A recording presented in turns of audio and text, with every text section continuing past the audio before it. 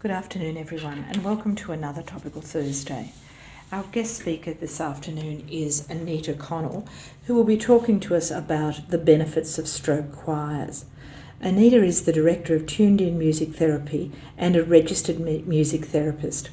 She completed her Masters of Creative Music Therapy at Western Sydney University and holds a Bachelor of Music Honours from Liverpool University in the UK, majoring in piano performance.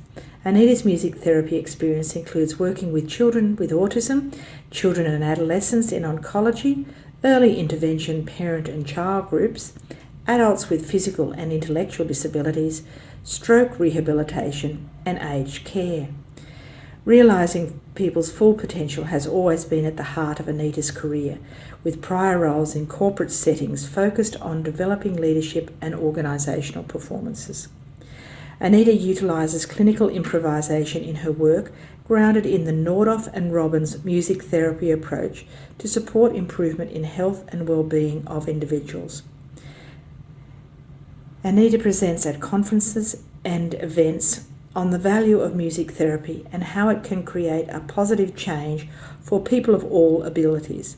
She is currently completing her PhD at the MARCS Institute for Brain, Behaviour and Development. It's our sincere pleasure to welcome Anita this afternoon. Thanks, Michelle. Thanks, everyone. Appreciate the opportunity to talk to you today. So as Michelle said, just talking about the benefits of singing, really, that are particularly relevant in stroke recovery from our own experience of working with participants face-to-face and online in a choir setting. So firstly, we're music therapists, and music therapy is using music intentionally to improve health, functioning and well-being. And we see people from as young as 18 months old to 100 in aged care. But as a team, we have certain specialities. And at the moment, Matt and Olivia are our therapists who facilitate choirs. So we're using music intentionally to improve communication, social goals, and physical health in terms of respiratory output and motor planning in terms of your oral motor skills.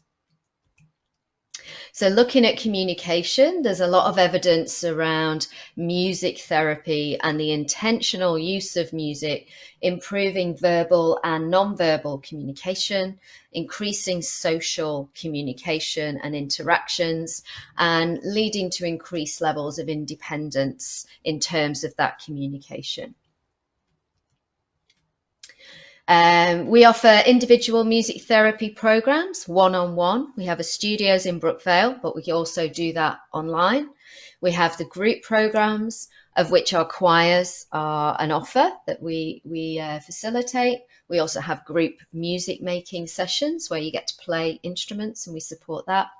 And we also support playlist creation to support cognition, relaxation, and making sure you've got playlist knowledge for later years, where you want people to play the right music for you if you aren't able to request it. Okay, so a person-centered approach is very important in our delivery of the choirs that we offer.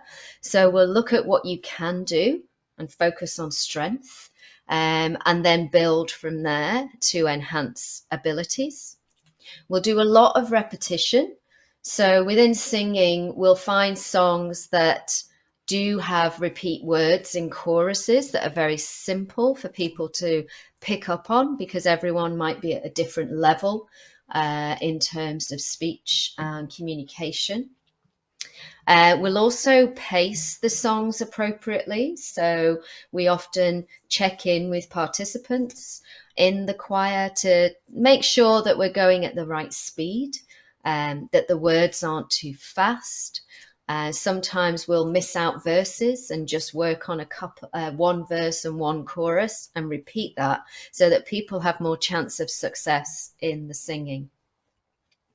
Person-centered means that we are always checking in on your preferences musically. So we want you to sing songs that you want to sing.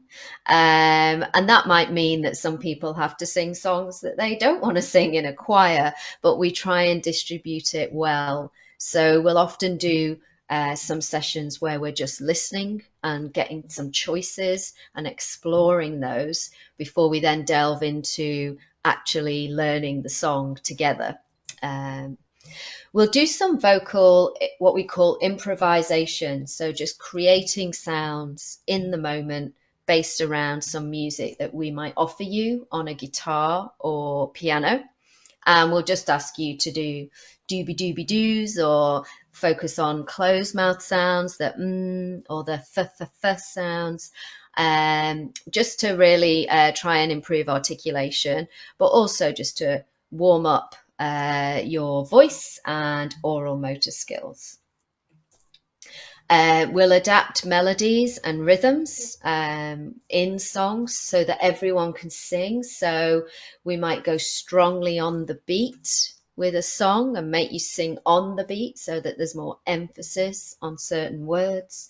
Or we might ask you to just blend things together and let them flow a little more, because the articulation is not so important. We want people to look at melody and build intonation in how they're speaking. And where we can, we'll look at the words, lyric analysis. We'll look at those words and we'll say, you know, what do they mean to you personally? Are there any themes in there that are resonating for you at the minute? So then we start to touch on mood and possibly emotion and a little bit of reminiscence. And that helps us build social connection and understanding of each other within the song as well. All good so far? Okay, so communication difficulties, I don't need to talk at length about this, but aphasia is the most common, but we do see some cognitive and memory challenges in the choirs, and we use our skill as therapists to ensure that people feel comfortable and are able to articulate where they're at so that we can work on some of those areas too. So, and I think with this slide, I'm just going to say that there's good content on the Stroke Recovery Association if you want to read more about what you think is happening for you, and ways of addressing that through many different rehabilitation services, of which music therapy is one. So for us, the focus is on looking at those levels of language and supporting language literacy and communication to enable rehabilitation and levels of recovery after a stroke. So in the choir, we'll use song sheets and encourage people to look again at words and try and track those words, but we'll also mostly focus on breath out, sound out, and hopefully then words from there. So why does music work? Well, there's lots of evidence about music lighting up multiple areas of the brain, and that can really encourage the strengthening of different neural pathways so your brain can rebuild itself. There is evidence that the brain can compensate in other areas, and that the neuroplasticity can regenerate following a stroke. So there is all these possibilities, and music is deemed to be pretty good in this space because it does light up so many areas of the brain when you start to connect to music. I should say here though that repetition is really important. So when you go to the choir and you do your 1 hour, that's brilliant because we give you that start point. But if you can keep listening and singing those songs, you're going to keep that brain working and start to build musical memory that can help with speech. And we often find, and there's lots of video evidence of this, that singing is often easier than speaking following a stroke because you have that little sing-song melodies that can happen, and sometimes speech is regained just from singing small little intervals like I would like some tea can help speech better than trying to say I would like some tea. Trying to put melody onto your simple phrases can help. So, what are the benefits of singing in the choirs that we run? Predominantly, we see social benefits. It's a purposeful activity. It can build connection, and over time you get this sense of community, familiarity with each other, which can build confidence to start talking again in a social situation. And this emotional aspects as well are really important, because we know that to sing puts more breath into your body, and we encourage that in our singing, you know, really expanding your belly and tummy and really trying to get as much air in as possible, because then when you get that breath out, you do a natural exhale out for a longer period of time, and that can really help to lower your stress levels and just bring that body into a more relaxed state by singing. You get a natural release of endorphins, so you feel pretty good, and it's a way of expressing yourself. And because we're doing it together, there's a sense of belonging in doing that. We're all doing it at the same time, and some of us have the same struggles day to day that we're all sort of sharing in as well. And then there's physical outputs, so that this respiratory output, supporting how you breathe, so helping you to breathe more deeply, can help support more voice when you're talking. And then the neural activity that we've talked about, and just sort of helping that brain to recover more at speed, really, by using musical play. So at this point, I'm going to show you a video that was beautifully created by the Stroke Recovery Association, which shows one of our choirs live, but also gives you some participant experiences, because I can talk at length about why a choir is great and why it really works and why I think it works. But it's good to hear how people in the choir feel about it as well. So if you're happy to, I'm just going to play this video. Hopefully you can see it. If you can't, Rachel, maybe let me know. And yeah, we can talk after this short clip.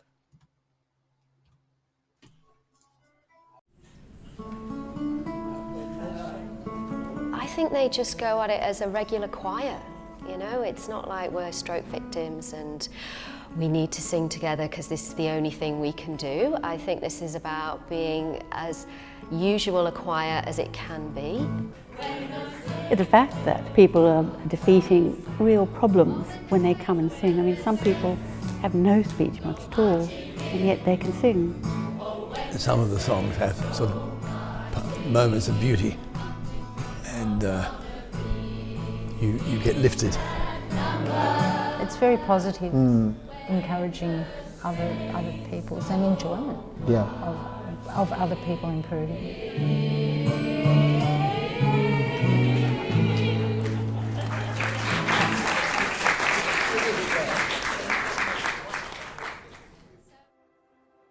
I think the choir is a highly motivated group of individuals who are connected through their neurological condition and recovery, and they have great spirit in terms of wanting to sing together in unison, try harmonies if they can, and really share their love of music. Singing and talking is strange, but good practicing talking. 3-4 years ago, 1 word or 2 words, no more. When I first had the stroke, singing was a flat monotone, and I knew that it was wrong, but I wanted to sing to get that depth. So there's a common case studies and knowledge around how singing and music can light up greater areas of the brain, and often what's found with stroke survivors is that they can sing better than they can speak. So it's all about speech and getting your vowels out, and that's why we try and enunciate instead of slurring. Well, the greatest difficulty was actually being able to remember the words and sing at the same time, because aphasia is such a, by itself and in itself, such a difficult problem. But to get to remember words and sing them is an incredible achievement. It's certainly a philosophy that I espouse to, is that nothing is impossible that we can achieve, but we'll always adapt along the way to cater for everyone's ability. And a lot of them have sung before in choirs and performed, so it's bringing them back to that place. I've tried other choirs and they say, we can help you, but they go too fast. They say, oh, you'll pick it up. I said, please don't denigrate us, but you know, we need to do it slowly. I can see more confidence building, so we do little solo aspects in our rehearsal and weekly meet. And when we first did that, I think that was a scary place for people to be. But over time, they've become more confident with that, and that then helps the overall choir when they're singing together as well. And I also think the choir is a lot more fun in terms of therapy and recovery than just straight one-on-one therapy. And I think it's because it's a group. We have coffee beforehand, sing, and then go home. It's lovely.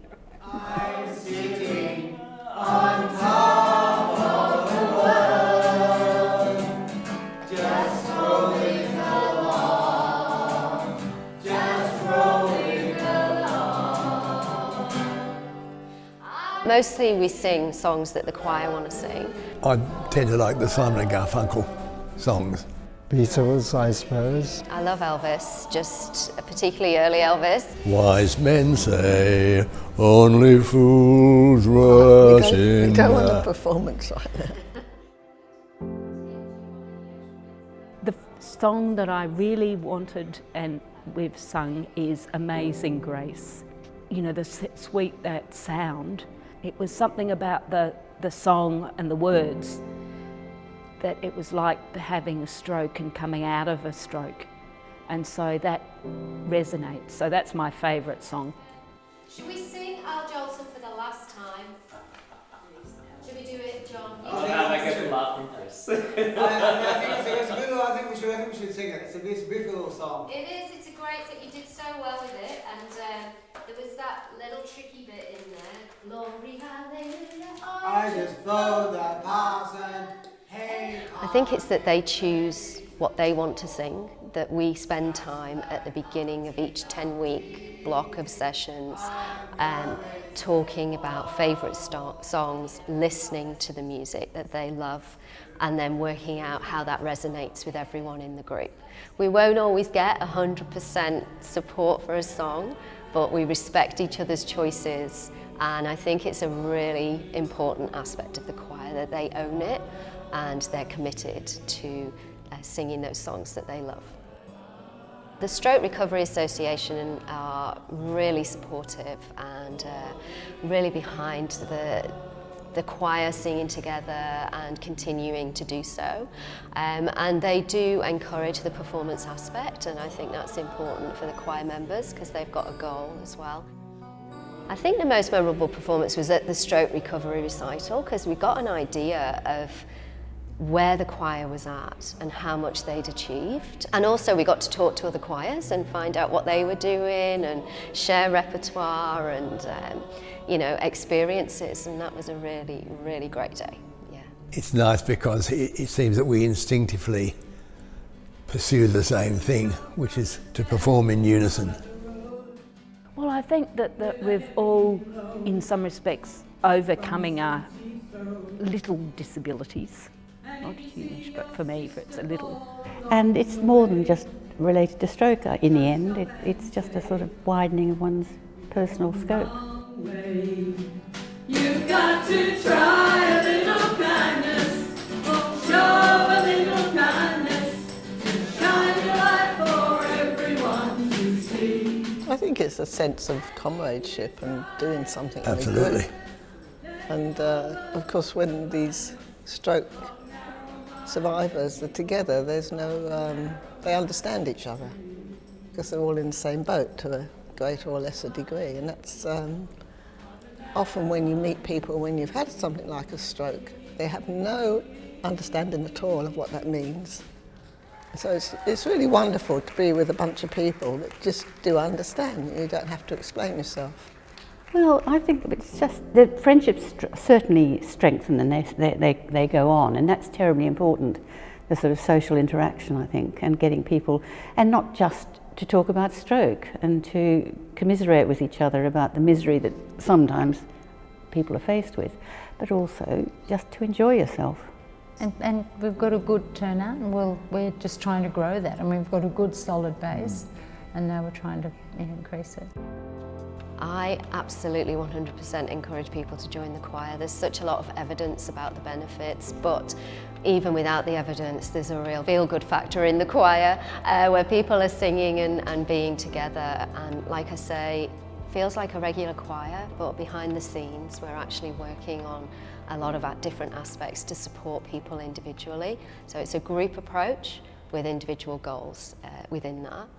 And I would encourage people with any neurological condition, so acquired brain injuries, early onset dementia, to consider joining because there are benefits for those populations too.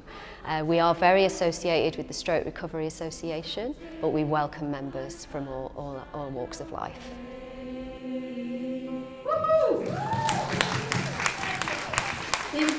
Thank you so much. Thank you so much for the sunshine that you brought into your own lives today and into the life of everyone